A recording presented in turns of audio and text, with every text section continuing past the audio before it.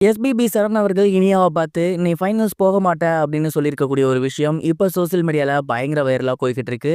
என்ன நடந்திருக்கு அப்படிங்கிற கம்ப்ளீட் டீட்டெயில தான் இந்த ஒரு வீடியோல நம்ம பார்க்க போறோம். சரிகமப நிகழ்ச்சியில கடந்த வாரம் 4வது வாரம் ரொம்ப ரொம்ப முக்கியமான ஒரு டிடிஎஃப் வாரமாக இருந்துச்சு. அந்த ஒரு வாரம் சபேசன் அவர்கள் தான் டைட்டில அதாவது டிடிஎஃப்ப வின் பண்ணியிருக்காரு. இந்த ஒரு நிலையில அந்த வாரம் மிகவும் பெரிதாக எதிர்பார்க்கப்பட்ட பெர்சன்ல ஒருத்தர் இனியா. ஏன்னா, அதற்கு முன்னாடி வாரம் ரொம்ப சூப்பரா பெர்ஃபார்ம் பண்ணியிருந்தாங்க. குறிப்பா அந்த வாரம் அவங்க தான் டிடிஎஃப் வாங்குவாங்கன்னு நினைக்கிற அளவுக்கான ஒரு பெர்ஃபார்மன்ஸ். ஸோ அப்படி இருக்கையில, கண்டிப்பா இந்த வாரம் அவங்க டிக்கெட் டூ ஃபினாலே வின் பண்றதுக்கு அதிக சான்சஸ் இருக்குங்கிற மாரி தான் எல்லாருமே நெனச்சிட்டு இருந்தோம். அதே மாரி தான் அவங்களும் பாடியிருந்தாங்க. பட் ஜட்ஜஸோட பாயிண்ட் ஆஃப் வியூல ஒரு சில மிஸ்டேக்ஸ் இருந்தத அவங்க நோட்டீஸ் பண்ணியிருந்தாங்க. அண்ட் அத தாண்டி எஸ்பிபி சரண் என்ன சொல்லியிருந்தாரு அப்படின்னா, "இனியா என்ன சொல்றது அப்படின்னே தெரியல. உண்மையாலுமே உன்ன நெனச்சா எனக்கு பெருமையா இருக்கு. ஏன் அப்படின்னா, ஒரு விஷயத்த உன்கிட்ட நாங்க ஒண்ணு சொல்றோம் அப்படின்னா, அத அப்படியே அப்டேட் பண்ணி அடுத்த வாரம் நாங்க சொன்னத கரெக்ட் பண்ணி கரெக்ட்டா பாடுற.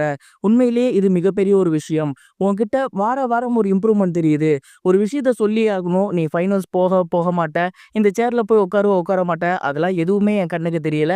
ஆனா ஒரு விஷயம் மட்டும் நல்லா கண்ணுக்கு தெரியுது. உன்னோட சிங்கிங் பெர்ஃபார்மன்ஸ் இன்கிரீஸ் ஆகியிருக்கு அப்படிங்கிறது நல்லா தெரியுது. உன்கிட்ட ஒரு கரெக்ஷன் சொன்னா அத மாத்திக்கிற அப்படிங்கிறது நல்லா தெரியுது. வார வாரம் நீ அப்டேட் ஆகிட்டே இருக்க அப்படிங்கிறது நல்லா தெரியுது. கண்டிப்பா இது உன்ன எங்கேயோ கொண்டு போய் விடும். நீ ஃபியூச்சர்ல மிகப்பெரிய ஒரு பிளேபேக் சிங்கர் ஆவ. அதுக்காக நீ இந்த ஃபினாலேக்கு போக மாட்ட அப்படின்லாம் நான் சொல்லல. பட் இந்த குவாலிட்டீஸ் உன்கிட்ட இருக்கு. இத இன்னும் கொஞ்சம் வளர்த்துக்கோ. அடுத்த ஒரு வாரம் இருக்கு. இன்னும் சூப்பரா பாடு. கண்டிப்பா நீயும் அந்த ஃபினாலேக்கு போலாம். டிடிஎஃப் வாங்கலாம் அப்படிங்கிற மாரி சரண் அவர்கள் அவங்கள பார்த்து, அதாவது இனியாவ பார்த்து ஷேர் பண்ணியிருந்தாரு. அண்ட் இந்த ஒரு கமெண்ட் கேட்டு இனியா அவர்கள் ரொம்பவே எமோஷனல் ஆகிட்டாங்க. அண்ட் கண்டிப்பா நெக்ஸ்ட் வீக் என்னோட ஃபயர் பெர்ஃபார்மன்ஸ நீங்க பார்ப்பீங்க அப்படிங்கிற மாரியும் சொல்லியிருக்காங்க. நெக்ஸ்ட் வீக் யார் செலக்ட் ஆக போறா அப்படிங்கிற மிகப்பெரிய கேள்வி இருக்கு.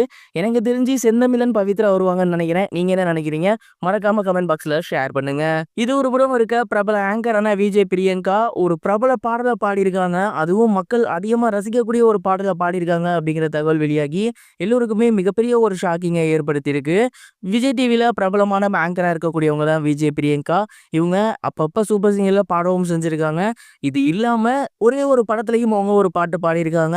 தேவராட்டம் அப்படிங்கிற படத்துல மதுரை பளபளக்குது அப்படிங்கிற ஒரு பாட்டு மிகப்பெரிய ஒரு ஹிட் அப்படிங்கிறது நமக்கு நல்லாவே தெரியும். அந்த ஒரு பாடல விஜய் சேதுபதி அவர்கள் பாடியிருப்பாரு. அண்ட் அவங்களோட சேர்ந்து விஜே பிரியங்காவுமே அந்த ஒரு பாடல பாடியிருக்காங்களாமா. ஆனா இப்ப வரைக்கும் இது நெறைய பேருக்கு தெரியாது. விஜய் பிரியங்காவுமே அந்த ஒரு பாடலுக்கு அப்புறம் மிகப்பெரிய லெவல்ல பாடுறதுல இன்ட்ரெஸ்ட் காட்டலையாமா. இந்த பாடல் பட்டி தொட்டி எங்கும் ஹிட் ஆனது அப்படிங்கிறது நமக்கு நல்லா தெரியும்.